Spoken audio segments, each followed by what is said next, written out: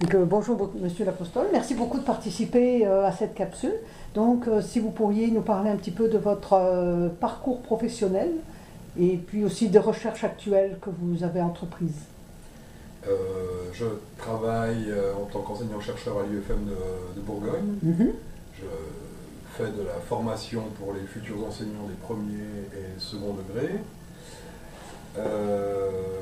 Je suis également chercheur, enseignant à l'UFM, et chercheur dans un laboratoire qui s'appelle l'IREDU, l'Institut de recherche en économie de l'éducation. Mes recherches se sont déplacées de la démocratisation de l'enseignement secondaire à des réflexions plus centrées sur la formation des enseignants, plutôt vu sous un angle politique. D'accord. Est-ce que donc vous êtes un ancien professeur? On a la distinction, chez nous, on a maître de conférence et professeur. Moi, je suis maître de conférence. D'accord.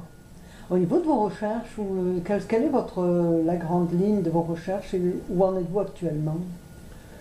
Actuellement, je travaille avec quelques collègues de l'UFM sur la question de la professionnalisation des enseignants et notamment sur les effets de la réforme de la masterisation sur cette formation des enseignants. Alors, on approche un peu, mes collègues et moi approchons cette question de la formation des enseignants, de leur professionnalisation à partir de nos disciplines respectives. Moi, je travaille plus avec une méthode d'historien, sociologue, sur la manière dont le politique influence la formation d'enseignants. D'autres travaillent sur les effets des réformes, par exemple sur les étudiants, la manière dont les étudiants vivent leur cursus.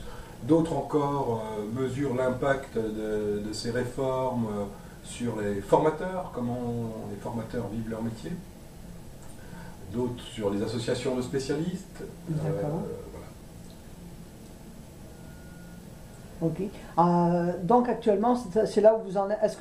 Quel avenir voyez-vous à la professionnalisation des enseignants? Quelles ouvertures par rapport à vos recherches? Pour l'instant, on est en train d'essayer de, peut-être pas faire un bilan, mais de comprendre ce qui nous est arrivé.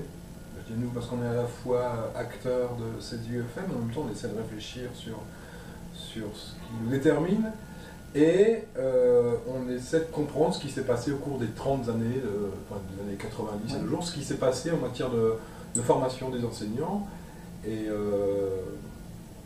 faut espérer que ces travaux, ces connaissances qu'on essaie de produire à ce sujet nous aideront à mieux comprendre, à peut-être mieux travailler dans le futur cadre des ESP, des prochaines écoles supérieures professionnelles d'éducation qui vont remplacer les UFM. Actuellement, selon vous, quel est un des plus gros problèmes par rapport à la professionnalisation des enseignants? Actuellement, il y a eu une réforme mise en place, plusieurs réformes en fait qui se sont ajoutées, la masterisation, l'intégration des UFM à l'université, la réforme des concours. Toutes ces réformes ont conduit à bouleverser complètement les relations entre l'université et l'État employeur. On ne travaille plus de la même manière qu'avant, les liens se sont distendus, j'ai l'impression. Mais ces réformes ont aussi eu des impacts sur le métier de formateur même, sur les publics d'étudiants auxquels on s'adresse. Et on est en train d'essayer elles sont récentes, donc il y a quelques années, on essaie de comprendre ce qui s'est passé dans le fond, hein, des pratiques. D'accord. Merci beaucoup pour toutes ces informations.